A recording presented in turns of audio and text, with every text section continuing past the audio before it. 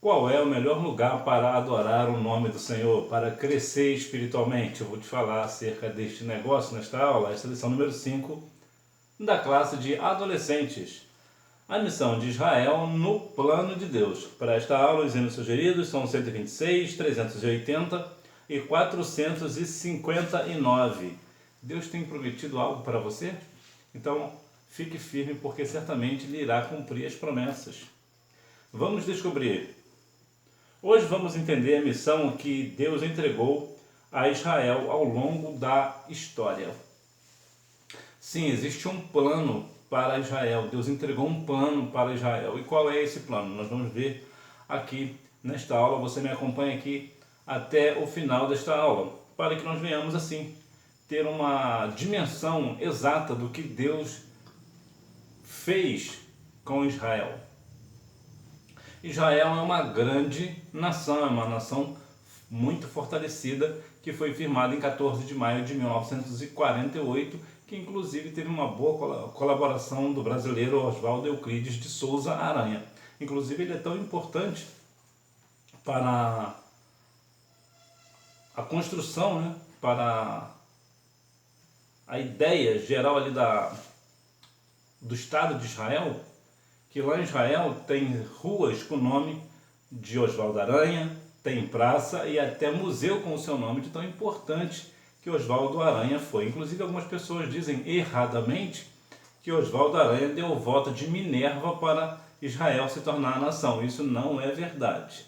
É muito aceito, principalmente nas Assembleias de Deus, mas isso não é verdade. Na verdade, o que aconteceu foi que Oswaldo Aranha, ele articulou de uma forma para que Israel se tornasse nação. Vou te dar um exemplo melhor. Lá na Assembleia Geral da ONU, inclusive é por isso que o Brasil é o primeiro país a falar, porque naquela ocasião Oswaldo Aranha foi o primeiro, então de lá para cá sempre o Brasil é o primeiro a falar. Inclusive a Dilma Rousseff foi a primeira mulher a presidir a Assembleia Geral da ONU. Existiam ali na Assembleia a ideia de que para fazer com que Israel se tornasse nação. Mas existiam muitos países contra e alguns países a favor. O que Oswaldo Aranha fez? Ele articulou de uma forma que ele fez com que a Assembleia demorasse um pouco mais para acontecer, cerca de 2 ou 3 dias. Com esse tempo ele conseguiu convencer as pessoas que tornar Israel nação seria uma boa ideia, vamos assim dizer, né? Então, por conta disso, a Assembleia Geral da ONU terminou com 33 votos a favor, 13 contra, 10 abstinências e uma ausência. Então, como foi 33 a 13, portanto não precisava de voto de Minerva, que é um voto de desempate. Mas Israel tem um grande papel para o cristianismo no mundo, para o plano de Deus no mundo, e nós vamos ver acerca deste negócio. A hora de aprender. O nascimento de uma nação, a renúncia. O nascimento de Israel aconteceu quando Deus chamou Abraão, o que alterou profundamente a vida do patriarca. O Senhor disse: saia da tua terra, do meio dos seus parentes. Deixa eu perguntar uma coisa para você. Alguma vez, o que você faria se Deus falasse para você sair do meio da sua parentela, dos seus primos, suas primas, tios, avós, sair de todo mundo? O que você faria? Você aceitaria? Você iria realmente fazer o que Deus mandou? Ou você iria ficar juntamente com a sua família? É uma grande questão, né?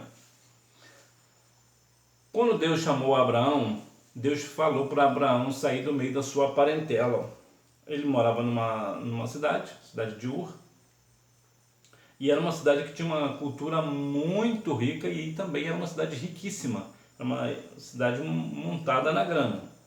Além de moradias confortáveis, também o pessoal lá também era muito bom na questão da arte e da música. Então, trazendo aqui para nós, seria uma cidade moderna, uma cidade rica, uma cidade que tinha uma cultura muito boa, então com bons lugares para se morar. Então quem é que quer sair de uma cidade dessa? Ninguém quer sair de uma cidade dessa. Isso aqui seria, claro, uma grande nação, talvez uma cidade como Abu Dhabi, imagina? Não, não seria, acho que também não seria tanto, né? Também um pouco de exagero da minha parte, né? Mas hoje seria como se fosse uma grande cidade do Brasil, São Paulo, Rio de Janeiro, Fortaleza, né, no Ceará, alguma coisa dessa natureza. Então veja que o que Deus está falando para Abraão? Né? Sai do bem bom, sai desse lugar confortável que você tem, saia da base que é a família, saia da riqueza que você tem, larga isso para lá e vai para um lugar que eu vou te mostrar. Vamos falar aqui para nós. Você teria coragem de, nessa situação, obedecer o que Deus estava falando? Se nós formos olhar na bem da verdade, muitos de nós diríamos não. Mas Abraão foi diferente. Abraão aceitou o desafio. E isso é importante para nós entendermos o seguinte: quando Deus te dá um desafio, aceite o desafio. Por quê? Porque se Ele colocou nas suas mãos, é porque Ele sabe que você é capaz. Então, fique firme, né? Faça com que realmente você tenha a vida de renúncia. Porque para alcançar as bênçãos do Senhor, as promessas do Senhor e principalmente a eternidade, nós precisamos renunciar o nosso querer. Eu quero muito uma coisa, mas Deus falou para eu não ter isso, então eu vou dizer não e para isso, para o meu querer, vou dizer sim para o Senhor. Então, a renúncia, que é o ponto-chave do Evangelho, na verdade, é uma das grandes situações difíceis de fazer, como foi, por exemplo, o caso de Paulo, né? Saulo, né? Que as pessoas confundem um pouco, né? Saulo e Paulo, mas é a mesma pessoa. Saulo, ele estava o quê? Ele foi transformado. Não foi porque o nome dele foi mudado, não. Algumas pessoas até falam isso também, mas ele tinha os dois nomes. Atos 13, versículo 9, fala que ele tinha os dois nomes. Então, veja que o que mudou em Paulo não foi o nome, foi o caráter. Deus mudou o caráter de Paulo. Também foi a mesma coisa que aconteceu com Zaqueu. Então, para mudar, nós precisamos renunciar à nossa vontade. Cá para nós, renunciar àquilo que nós queremos é sempre algo muito difícil, mas é isso que Deus requer de cada um de nós. Um ato de fé. O mais interessante nessa história é que Deus não mostrou nenhum paraíso para Abraão, mas apenas disse-lhe que iria para um novo lugar. Se você sai do meio da sua parentela, de uma cidade rica, para um paraíso, é um bom negócio, né? Só que não foi isso que Deus mostrou para Abraão. Na verdade, Deus não mostrou nada. Disse apenas que ele era para ir para um lugar. Mas não sabia se aquele lugar era bom, se era ruim, se era um lugar próspero ou não. Deus não falou absolutamente nada. Por quê? Porque quando Deus te chama, independente do lugar que Ele quer te levar, você precisa confiar somente no Senhor. Você precisa ter fé, um ato de fé. E um ato de fé, para você ter fé, muitas vezes é muito fácil a questão da teoria, né? Você fala, eu tenho fé, mas quando Deus aperta, quando Deus requer de nós realmente uma renúncia, que nós verdadeiramente confiamos, né, confiamos na palavra dele, aí nós ficamos com o pé atrás. Nós não queremos dar um salto de fé. Nós ficamos o quê? Nós ficamos temerosos, ficamos tímidos diante das circunstâncias. Por quê? Porque nós não estamos confiando no Senhor. Mais uma vez, que Deus falou para você seguir em frente, ainda que você não saiba para onde Ele quer te levar, você precisa estar confiando no Senhor. Por quê? Porque o melhor do Senhor, o Senhor tem o melhor para a sua vida, independente do que seja o melhor. Muitas vezes o melhor para Deus, para a sua vida, seja algo aparentemente ruim para você. É verdade? Sim, é verdade. Vou te dar um exemplo. Veja, por exemplo, os apóstolos. Como eles morreram? Morreram de forma trágica, né? Pedro, por exemplo, foi crucificado de cabeça para baixo. Aquilo ali foi o melhor de Deus para ele. Mas, Isaías, por exemplo, a Bíblia não relata, mas segundo os historiadores sérios, idôneos, que ele foi partido ao meio, ele foi cerrado ao meio, vivo. Então veja que foi o melhor de Deus para Isaías, mas aparentemente, e claro, na carne doeu, imagina ser cerrado ao meio, vivo, imagina a dor que ele sentiu, mas aquele ali foi o melhor de Deus para ele. Então o melhor de Deus para a minha vida pode ser algo que é muito ruim para mim, né? Aparentemente, mas é o melhor de Deus. E o melhor de Deus vale, independente das circunstâncias. Ainda que seja jogado, né, como foi João, né, que foi jogado num caldeirão com azeite fervendo, apesar que ele se safou, né, ele não morreu. Mas imagina você jogar dentro de um caldeirão de azeite fervendo. É o melhor de Deus. Então, independente das circunstâncias, tenha o melhor de Deus na sua vida. Lembra de Ananias, Misael e Azarias? Foram jogados na fornalha de fogo ardente. Daniel na cova dos leões. Foi o melhor de Deus para a vida deles. É verdade que eles escaparam. É verdade. Ficaram ilesos. Mas imagina a situação. Imagina o cenário. Você ser jogado numa fornalha de fogo ardente. Ser jogado na cova dos leões. Imagina. Então, independente, nós devemos ter um ato de fé. E é por isso que Abraão é chamado de o pai da fé. Por quê? Porque ele creu. Uma importante decisão. Abraão partiu renunciando sua origem, instabilidade e rejeitando todos os deuses estranhos da sua cidade, da sua antiga cidade. Ele creu na promessa de que Deus lhe daria um território e um filho. Ele creu mesmo diante do quadro de sua esposa, que era estéril. Estéril é aquilo quando a mulher não pode ter filho, ela não gera filho. Vemos, por exemplo, o caso também de Ana, né? Ana também era estéril, ela também não gerava filho. Mas Abraão, uma decisão, e partiu, ele obedeceu, ele creu na promessa de Deus de ter um filho, mesmo sabendo que sua esposa era estéril. No entanto, veja que quando nós cremos no Senhor, coisas extraordinárias acontecem. Coisas que nós não conseguimos nem mesmo mensurar, nem mesmo narrar acontecem em nossas vidas. Por quê? Porque quando nós temos uma importante decisão diante do Senhor e nós nos deixamos levar pela vontade de Deus, ainda que o cenário mostre completamente contrário, ainda que o cenário mostre algo terrível diante de nós, mas quando nós obedecemos ao Senhor, Ele opera milagre em nossas vidas. O estabelecimento de Israel, Egito, um lugar de multiplicação.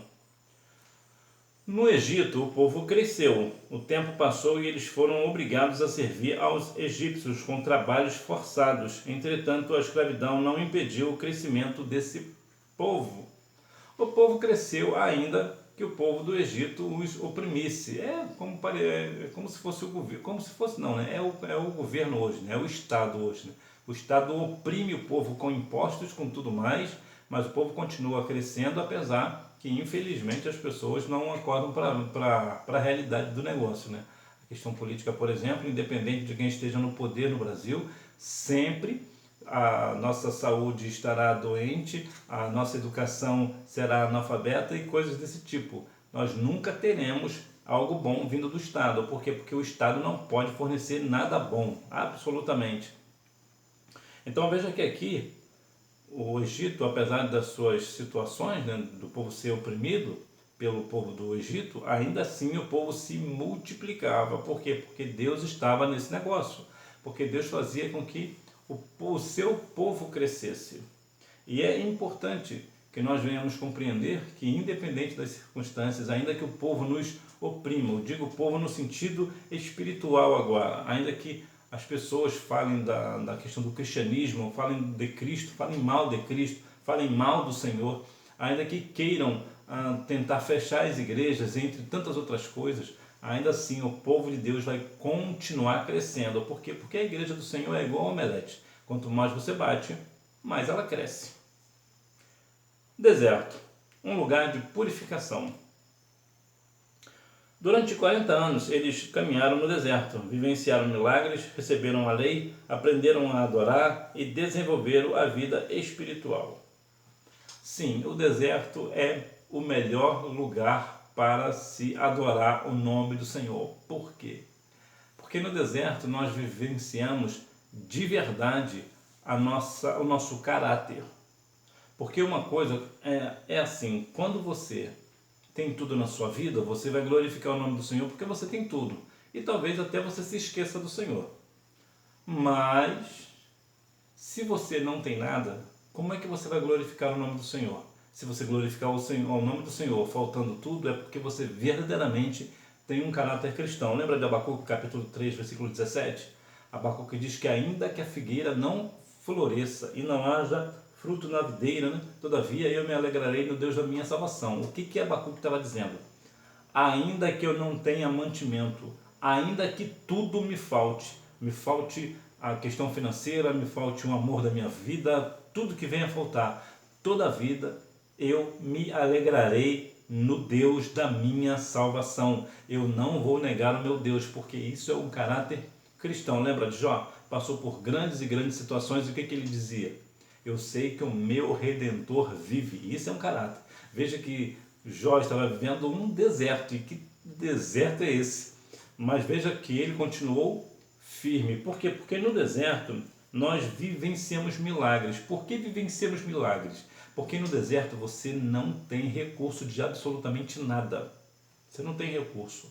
No deserto o que tem? Frio e calor, gelo ou areia. Inclusive, só para lembrar, o maior deserto do mundo é a Antártica. O maior deserto seco do mundo é o Saara. E o deserto mais quente é o deserto do Atacama. Então, o deserto não é um lugar onde tem areia, onde muitas pessoas pensam, e por isso que as pessoas acreditam que o deserto do Saara é o maior deserto do mundo. Não, o Saara é o maior deserto seco do mundo, ele é. Mas o maior deserto do mundo mesmo é a Antártica, coberta de gelo, e não tem praticamente vida nenhuma, assim como também não tem no deserto de areia, né? Também quase não tem vida. O que tem lá no deserto é o quê? Cobras, né? Escorpiões e coisa do tipo. Então veja que quando não se tem recurso, o único recurso é o Senhor. Então, como nós estamos vivendo no deserto e cremos somente no Senhor, então nós vivenciamos um milagre. Por quê? Porque quando nós cremos no Senhor, Ele faz as coisas acontecerem. Eles também receberam a lei quando estavam no deserto, né, que é os 10 mandamentos. Então recebem diretamente do Senhor. Inclusive, curiosamente, a única parte da Bíblia que não foi escrita por homens, foi escrita pelo próprio Deus, que é os 10 mandamentos. Aprenderam a adorar. Como eu já falei, adorar, glorificar o nome do Senhor com tudo na mão é fácil. Difícil é adorar quando você não tem nada. Então, quando você não tem nada e você está se alegrando no Deus da sua salvação, então significa que você está adorando de verdade. Você está adorando mesmo de verdade. Veja, por exemplo, o povo da África. Tem muito poucos recursos na África e ainda assim eles adoram ao Senhor com toda a alegria do coração. Isso é adoração. E desenvolveram a vida espiritual. Como no deserto nós não temos muito recurso, ou recurso nenhum, o que acontece? Nós desenvolvemos a nossa vida espiritual. Nós estamos confiando somente no Senhor, confiando somente em Deus. Isso vai fazer com que nós cresçamos, né, também, que vai em um lugar que vai nos purificar, vai nos trazer a ideia de verdadeira provação e vai nos dar amadurecimento na fé. Então, o deserto, apesar de ser um lugar muito difícil de passar, mas é um excelente lugar, é um lugar perfeito para a vida, para o crescimento da vida espiritual. E lembrando que o deserto é um lugar muito interessante para nós cristãos. Por quê? Porque muitas vezes você vai pegar um ônibus, por exemplo, no lugar onde você mora, tem um destino final e tem sempre via alguma coisa, né? Que é um lugar muito conhecido. Então, o céu também é parecido, é o nosso destino final, mas aquilo que nos leva aos céus vai ser sempre via deserto. O que é isso? O ônibus da nossa vida vai sempre dar uma passadinha pelo deserto. Mas lembre-se, você nunca vai ficar parado no deserto. O deserto você passa, tu fica um tempinho no deserto, mas você não permanece lá para toda a vida. Um dia você sai. Então que nós venhamos trazer isso para o nosso entendimento, que a nossa vida de vez em quando vai dar uma passadinha pelo deserto, mas é lá que nós iremos crescer. Canaã, a terra prometida. Depois de 40 anos caminhando em um deserto, o povo de Israel chegou à terra prometida. E daquele dia em diante, eles não dormiriam mais sob tendas, mas em casa. Dois casos aqui interessantes. O primeiro é o tempo que eles ficaram no deserto, 40 anos. Eles não precisavam ficar tanto tempo no deserto. Mas devido à incredulidade, o que aconteceu? Eles permaneceram por muitos anos no deserto. Há algumas pessoas que dizem que essa travessia aconteceria em 3 dias. 3 dias, eles levaram 40 anos. Por quê? Devido à incredulidade. Porque foram pessoas que não confiaram no Senhor, que murmuraram do Senhor durante o trajeto. Então, quando você estiver no deserto, lembre-se, crente que murmura no deserto morre. Crente que murmura no deserto não alcança as bênçãos do Senhor. Crente que murmura no deserto está, na verdade, profanando o nome de Deus. Então, se você está no deserto, glorifique o nome do Senhor, porque o Senhor te dará vitória. E outro caso que é muito interessante é que depois que eles passaram no deserto, eles agora não moram mais em tendas, mas em casa. Ou seja, agora eles têm um lugar fixo, um lugar próspero, que é deles. Que agora eles teriam um lugar, por exemplo, teriam imóveis, né, casas, né, teriam ali colheitas, né, plantariam e colheriam, teriam o cuidado dos seus próprios rebanhos. Então, isso quer dizer o quê? Riqueza, prosperidade. Agora que você passou pelo deserto, agora você vai ter aquilo que é teu. Geralmente, sempre quando você tem um trabalho, por exemplo, que você começa a trabalhar, você começa a padecer situações muito difíceis no trabalho, mas depois de um tempo você vai ver que compensa, porque você vai ter aquilo que é seu, você vai ter uma prosperidade. E isso quer dizer o quê? Aqui a mão do Senhor. Quando nós somos obedientes ao Senhor no deserto, o Senhor faz com que nós venhamos prosperar para a honra e glória do seu nome. As bênçãos de Israel para o mundo, a aliança de Deus. Foi para o povo de Israel que Deus se revelou. Ele também lhes deu a lei por Moisés, os 10 mandamentos e outras instruções que estão presentes no Pentateuco. Em Israel, Deus levantou profetas que anunciavam a sua vontade. Então veja aqui a questão de Israel. Né? O que aconteceu lá em Israel? Deus se revelou no deserto, inclusive ali, né? Então veja que Deus se revelou em Israel. Em Israel o povo conheceu de fato o Deus de Israel. Ele se revelou, ele também entregou a lei de Moisés, como eu falei lá anteriormente. Ele entregou os 10 mandamentos, né, que é a única parte da Bíblia que foi escrita por Deus. E outras instruções. Em Israel também Deus levantou profetas. Então veja que o Deus de Israel, ele tem uma aliança com Israel. E para que essa aliança e por que Israel? Veja que o Senhor ele escolheu Israel. Escolheu Israel para que Israel levasse as boas novas de salvação para todo mundo. Entretanto, a Bíblia diz lá em 1 João, né, capítulo 1, versículo 11, que Jesus veio para o que era seu, mas os seus não receberam. Ou seja, Jesus veio para o que era seu. O que era seu? O seu sacrifício de morrer na cruz. Mas o povo não recebeu, o povo não creu. E até hoje o povo de Israel, de modo geral, não crê no Senhor. É claro que existem muitos que creem, mas a maioria não crê que Jesus é o Cristo, o Filho do Deus vivo. Então veja que Deus tem uma aliança eterna com Israel. E por que eu digo que é eterna? Porque é de lá que veio Cristo. E Cristo é eterno. Cristo. Assim Deus cumpriu o que prometeu a Abraão, quando disse que por intermédio da sua descendência todos os povos da terra seriam abençoados. E por que todos os povos seriam abençoados? Porque desse povo veio o Senhor Jesus. E Jesus, ele é o abençoador. É Jesus quem nos abençoa. É o Senhor que nos faz ver a sua presença, ver os milagres. É o Senhor que faz o milagre em nós. Então o Senhor Jesus, ele nos abençoa. Ele é o abençoador do seu povo. Então veja que o Senhor assim cumpriu a sua promessa com Abraão. E mais uma vez, se Deus disse, certamente ele vai cumprir. Conclusão. O povo de Israel foi escolhido por Deus para ser seu. Ele sempre foi fiel à sua aliança com os hebreus, demonstrando misericórdia, amor e perdão ao longo dos séculos. E Deus sempre esteve com eles, cumprindo suas promessas e seus propósitos. Então veja aqui que o Senhor tem uma aliança com os hebreus. O Senhor sempre demonstra misericórdia, amor e perdão para com o povo de Israel. E nós, simbolicamente, somos o povo de Israel. Simbolicamente, espiritualmente falando, nós somos de Israel. Então nós servimos ao Deus de Israel, Deus Todo-Poderoso, que criou os céus e a terra. Portanto, nós também somos abençoados por Deus. Por quê? Porque o Senhor tem misericórdia de nós, Deus tem amor por nós. Deus sempre está nos perdoando e que nós venhamos a cada dia mais crescer com o nosso Senhor e Salvador Jesus Cristo. E você que ficou aqui comigo até agora, deixa eu falar uma coisa sobre Abraão. Algumas pessoas falam uma coisa sobre Abraão, eu vou deixar a referência aqui na descrição, a referência bíblica. Muitas pessoas dizem que Abraão mentiu quando disse que Sara era a sua irmã. Na verdade, isso não é verdade.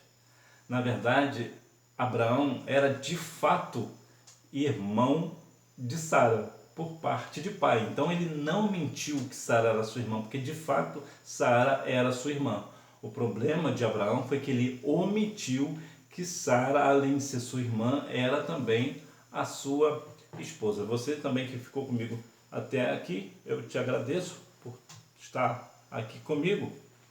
E se você gostou desta aula, dá um like nesse vídeo e que você continue confiando no Senhor, no Deus de Israel. Compartilhe esse vídeo com aquela pessoa que, assim como você, também gosta da Escola Bíblica Dominical. E você me vê na próxima aula, se Deus quiser. Tchau!